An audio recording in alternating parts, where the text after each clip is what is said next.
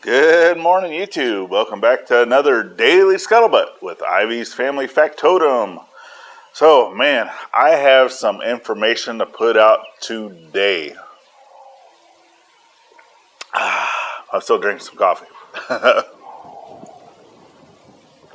So, this thing's gonna go light, go dark, go light, go dark. That's all right. So, clouds are passing over. You can probably see behind me. It's just horrible, horrible, horribles. More rain. Hey, spring has sprung, so now it's getting into the actual wet season here in Arkansas. I think wet season started a month early, but because we've had a lot of rain in the last month, so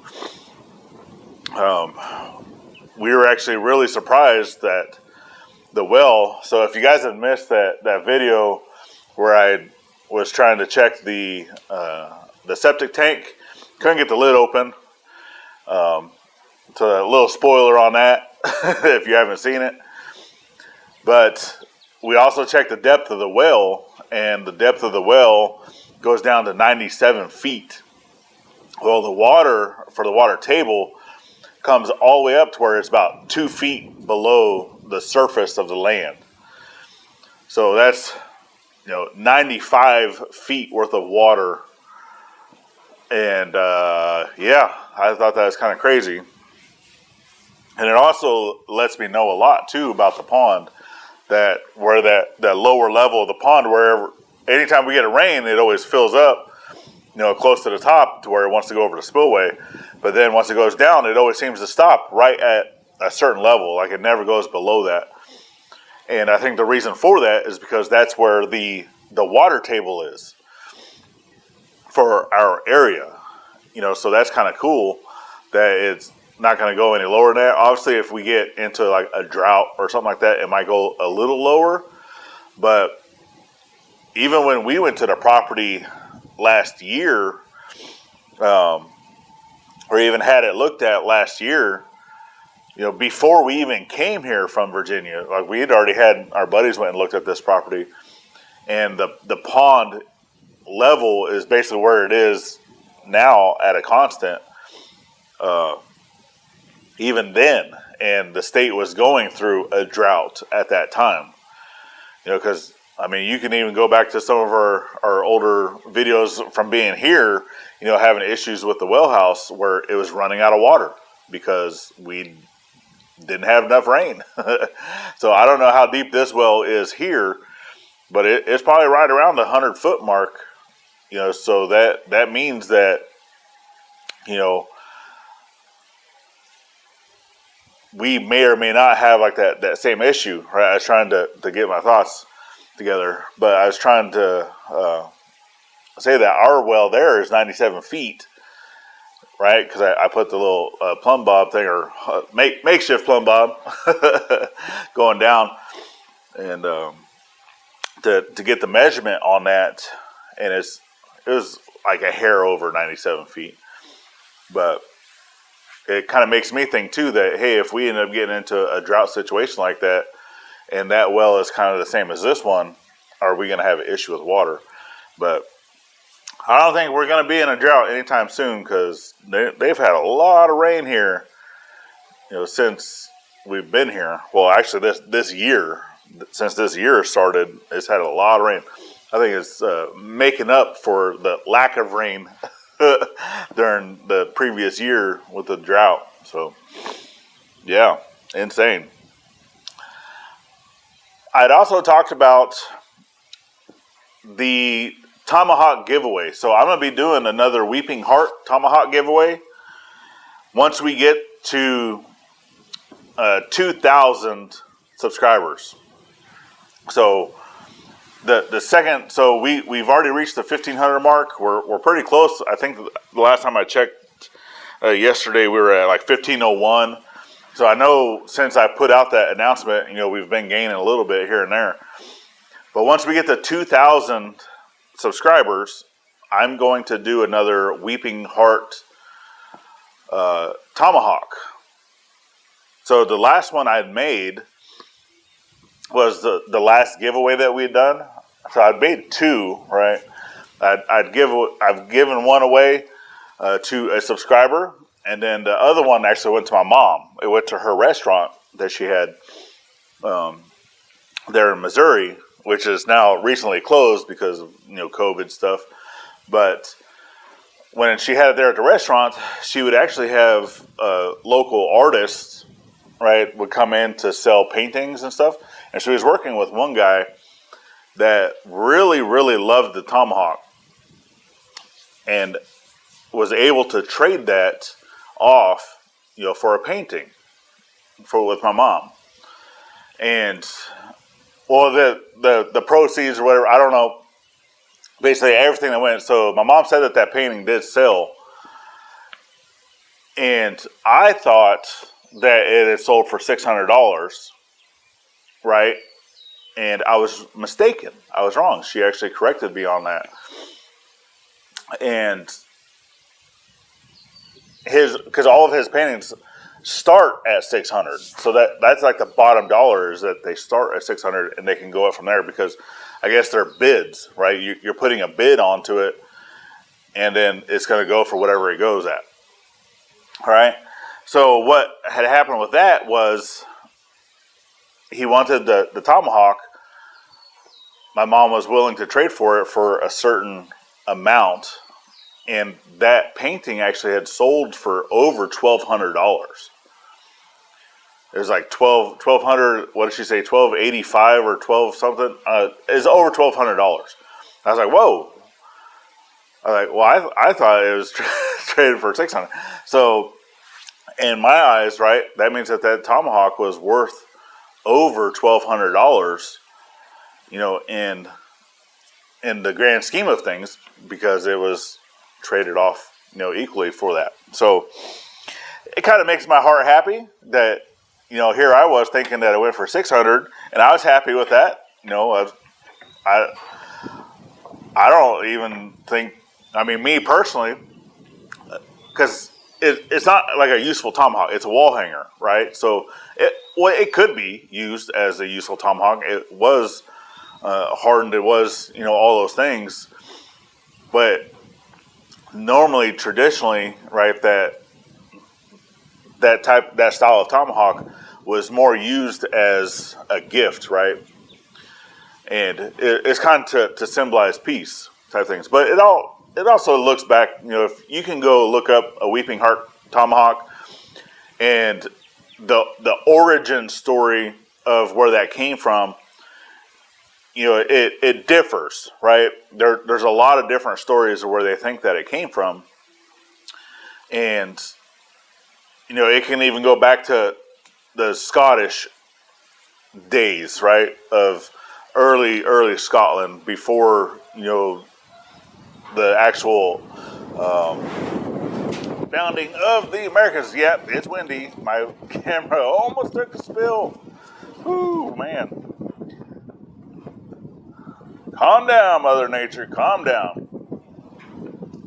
So, live action, as someone would say.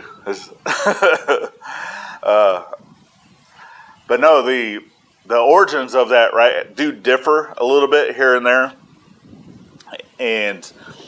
but it's more known, right, especially within the Cherokee community, of being is symbolizing of peace and war, because it's a tomahawk for wartime, but then using the weeping heart and the blade, was a symbolization of the peace side of it, right? Or even using it as like a peace pipe. They've had the ones where it has the pipe attached to the other side and such, but it was kind of used as a gift for, hey, Anyway, yeah, I was really excited that my tomahawk had actually sold for over $1,200. Oh yeah, so just a correction on that. It was more than double of what I thought it went for. I just wanted to correct that. All right, two. On the main channel for today, Wednesday, hump day, we are not going to have a video. We've just been running around way too much, and I really wish this thing would chill out with the going light, going dark, going light, going dark. It needs to chillax. All right. We've just been really busy, especially with appointments this week. Yesterday we were gone basically all day. We didn't even get home until around dinner time. So yesterday was a complete wash. We had to go up to Fayetteville for appointments.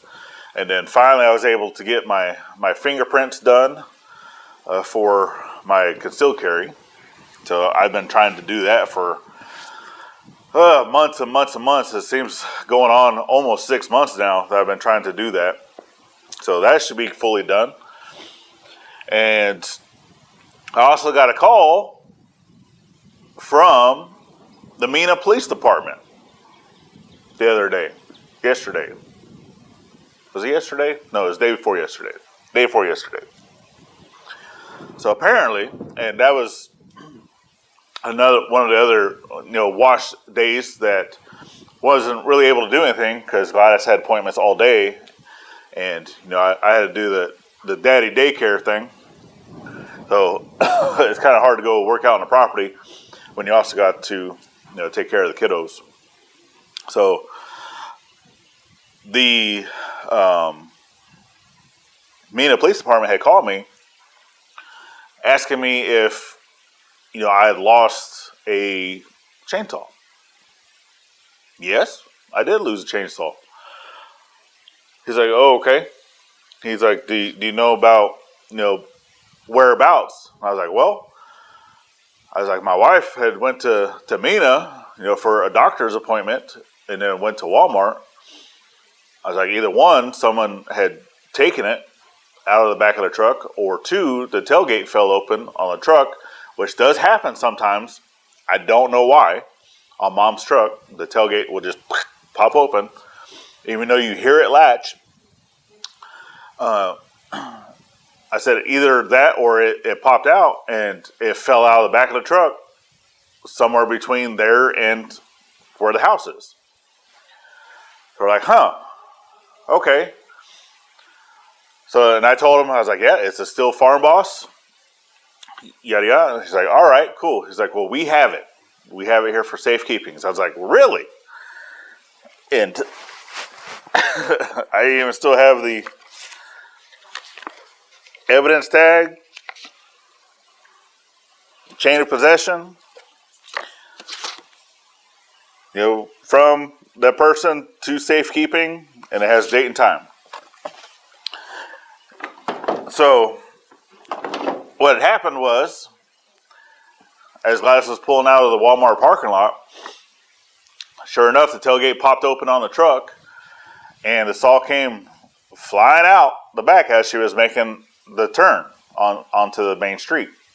And it came out, basically went to the side of the road, and a car had stopped, picked it up, and took off. So they saw it come out. They immediately picked it up, and a normal, right? I won't even say a normal human being, but a good human being, right, would have seen that, would have picked it up, and would have chased that person down and say, hey, this came out of your vehicle. We picked it up and are now returning it. Well, that didn't happen. They actually picked it up and they were gone. They're like, we got a free saw. So, what happened was a police officer had also seen it come out. They had also seen them stop and pick it up, and they had also seen them go a different direction than what Gladys was going. So they weren't returning it, they were stealing it, or they were taking it, right? So they tracked him down, stopped him, told him, hey, that saw's not yours. We're going to confiscate this for safekeeping. And they ran the serial number on it. They seen where it was purchased. They see who, all that, because I use a credit card, or a card, is my debit card, but it's still a card in my name that I purchased it back in Virginia, right? And then obviously my phone number is still a Virginia phone number, so they thought that I was still in Virginia and that someone had stolen it, or that someone had it here, right? And yeah, so basically the whole time they thought it was stolen and then lost and then picked up and then stolen again, right? And I was like, no. I was like, we live here in Arkansas. We've transferred over. And it was my wife that was carrying it. So whenever she got done with her appointments, she went back there and picked it up. And now we got it back. And I'm just glad that, I have the covers and stuff over the chain because it's a brand new chain. And there's only like a little bit of scuff marks that are on the body. Because normally whenever I store it in a truck, I store it on its side with the tanks up, facing up. Right? So that's normally how I store it. And so whenever it slid out, it would have slid out this way and just landed on its side like that. And there's a little bit of signs that it was scuffed up, just a little bit, right? But, so super happy that I got that saw back. Because, the last video, you're just like, well, I'm sad. I'm upset. I'm sad to see her go. Well, this my saws, are feminine in nature, as I say, right? Just like my truck, they will have feminine names or whatnot. But I always call my tools girls. I guess I don't know why. I guess because they work harder than anybody else. I'm not afraid to admit that women work really, really hard. A lot of times guys don't like to admit it, but I'll admit it. Oh, all right, my coffee's getting cold. I'm about running out of time. But like I said, today, so if you're watching this, I'm not going to have a video for Wednesday on the main channel. I am going to link this video, though, over onto the main channel. So anybody, because I know we're at 51 subs here, over 1,500 subs over there. So I'm going to link this video to our community tab to hopefully draw some traffic this way as well. But just know that we're going to try to get to the property this week. I'll definitely need to run over there today just to take a look around. And just verify, because I also get the stuff from the cameras and just check, make sure people aren't taking stuff. I'm not too worried because we do have neighbors in the area that look after each other and such, so that does help. But all right, y'all. So definitely appreciate you guys for following the journey and sticking with us. It's just been one of those weeks, but. Make sure you're thinking of veteran at every chance you get, not only on Veterans Day, and we'll see you on the next one. Later, y'all.